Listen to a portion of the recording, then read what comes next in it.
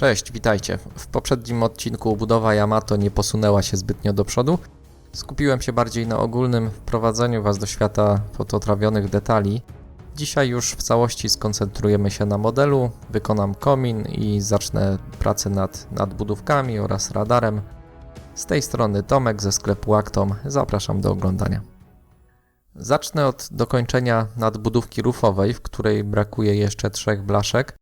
Przed ich przyklejeniem usuwam pilnikiem uboższe odlane w plastiku detale.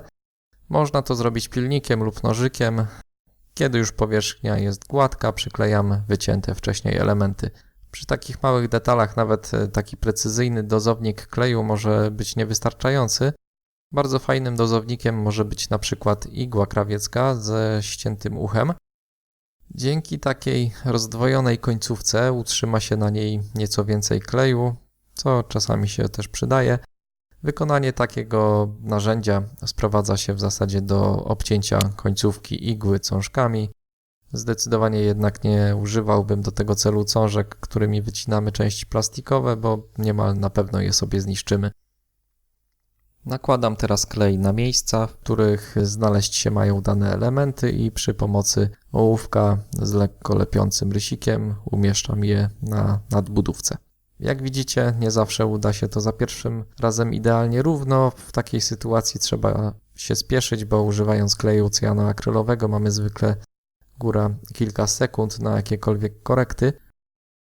Części, które widzicie, domyślam się, że są to panele osłaniające wyloty szybów wentylacyjnych. Teraz skleję ze sobą połówki nadbudówki dziobowej, czyli tej większej. Do niej wrócimy za chwilę, a w międzyczasie, jak będzie schła, zajmę się kominem. Komin na ten moment wygląda tak. Wspomniałem wcześniej, że nie do końca podoba mi się to zwieńczenie, które jest zaślepione. Postanowiłem wykonać ten element zakończenia komina od nowa. Plan w skrócie jest taki, żeby z gipsu 0,5 mm wyciąć samą obramówkę komina, do niej przykleić poprzeczne belki, także wycięte z gipsu oraz siatkę. Użyję tutaj gotowej siatki firmy Aber o symbolu S11. Jest to siatka o wielkości oczka 1,5 mm. Tak więc na kawałku gipsu o grubości 0,5 mm odrysowuję kształt tego zwieńczenia. Zaznaczam też wewnętrzną krawędź i wycinam najpierw środek. Można to teraz wyrównać na przykład okrągłym iglakiem. Wycinam kształt teraz po zewnętrznych liniach i ostatecznie pilnikami dążę do takiego kształtu, żeby ramka idealnie pasowała do komina.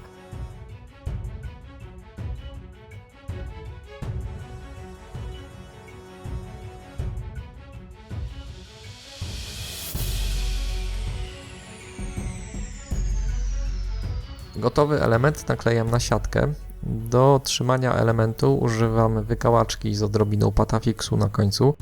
Ołówek, który widzieliście wcześniej, nie uniósłby już tak dużej części, a i też penseta nie jest tutaj najlepszym narzędziem, bo niemal na pewno przykleiłaby się ona do elementów w kontakcie z cyjanoakrylem.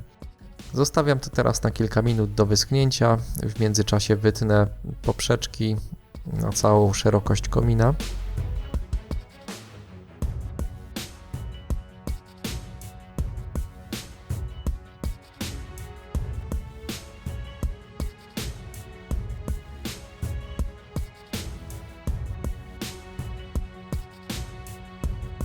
Ostrożnie odcinam siatkę po zewnętrznej stronie elementu.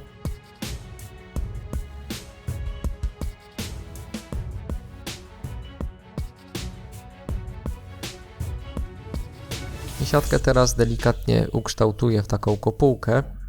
Jedynie miejsca, w których przykleję zaraz poprzeczki, obniżę do pierwotnego poziomu.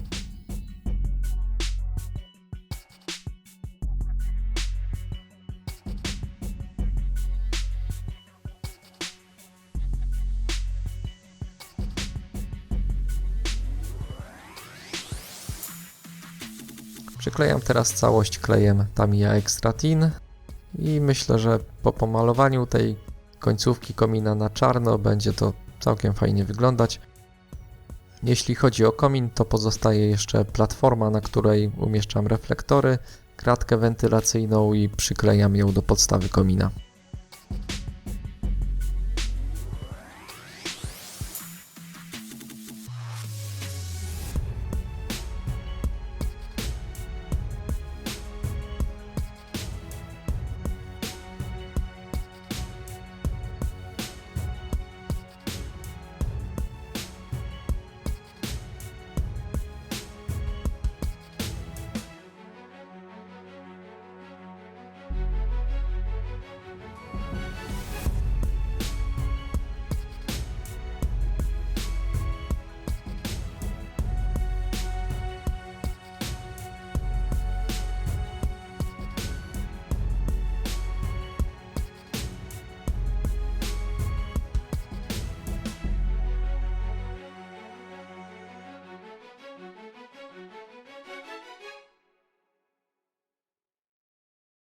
Wracamy do wieży dziobowej.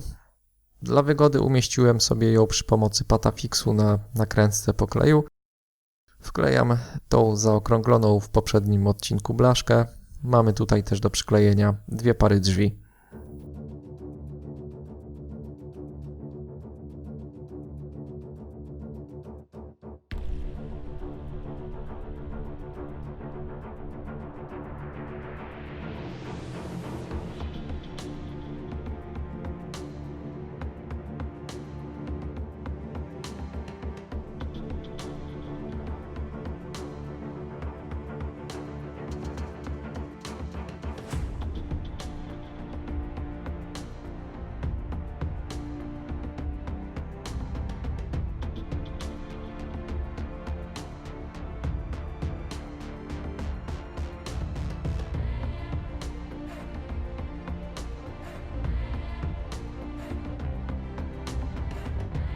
Zacznę teraz budowę elementów, które potem trafią na sam szczyt wieży. Jest to dalmierz, na którym znajdują się anteny radaru, które to mamy już uformowane z elementów fototrawionych. Trzeba się teraz pozbyć tych niepotrzebnych już części i wkleić na miejsce siatki fototrawione.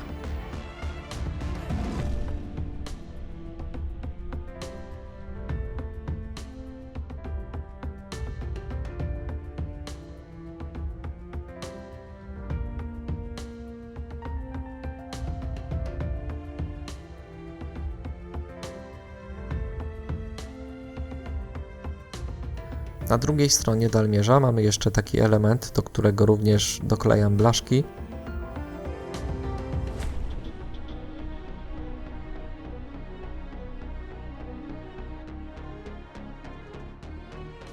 W najwyższym punkcie wieży mamy jeszcze taką konstrukcję, która zostanie zastąpiona elementami fototrawionymi. Najtrudniejsze okazało się wykonanie tej anteny o sferycznym kształcie.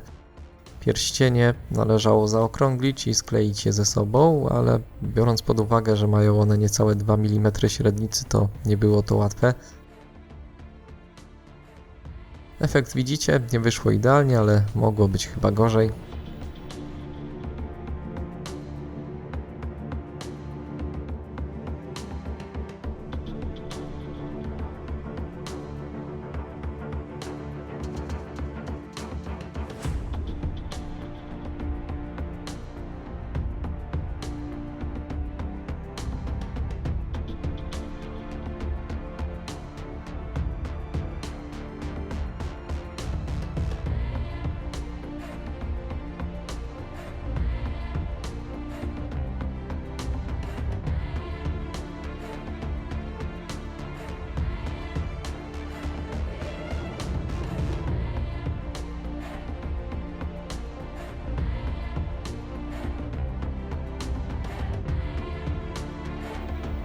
Cała wieża z dalmierzem, radarem i tymi antenami prezentuje się tak.